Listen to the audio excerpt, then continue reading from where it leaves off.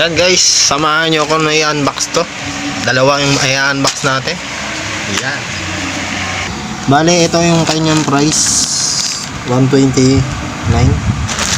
Tapos yung isa is 117. Yan, TikTok. Dito muna tayo. Sa dami ng deliver ko, hindi ko na alam kung ano yung mga to.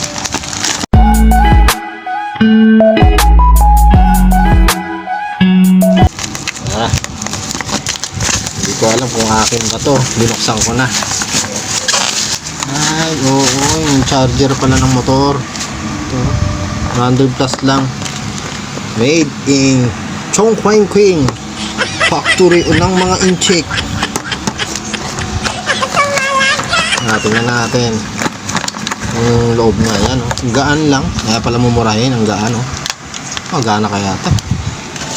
Try natin syempre.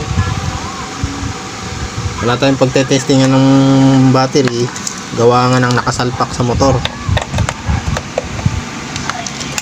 Tingnan natin, ilaw naman. Pag nagpula yan, ibig sabihin full charge na. Okay, tingnan natin. Good siya. Ito namang isa. Yun, yung in-order ko palang bag. Legs bag.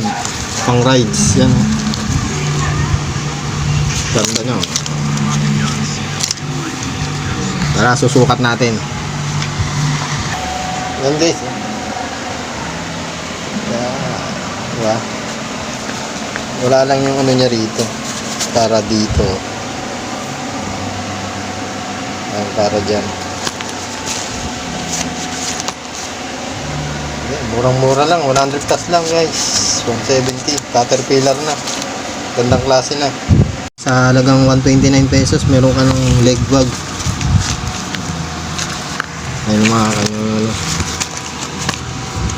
nakita ko sa inyo yung ano, mga bulsa nya. Ayan,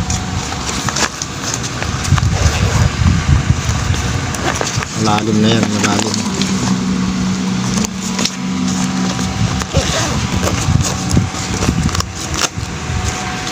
Mas milak pa siya.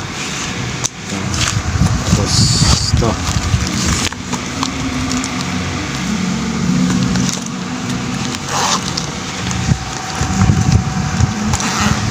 bali pangatlo na to, ano yan, bulsa, pangatlong bulsa nya.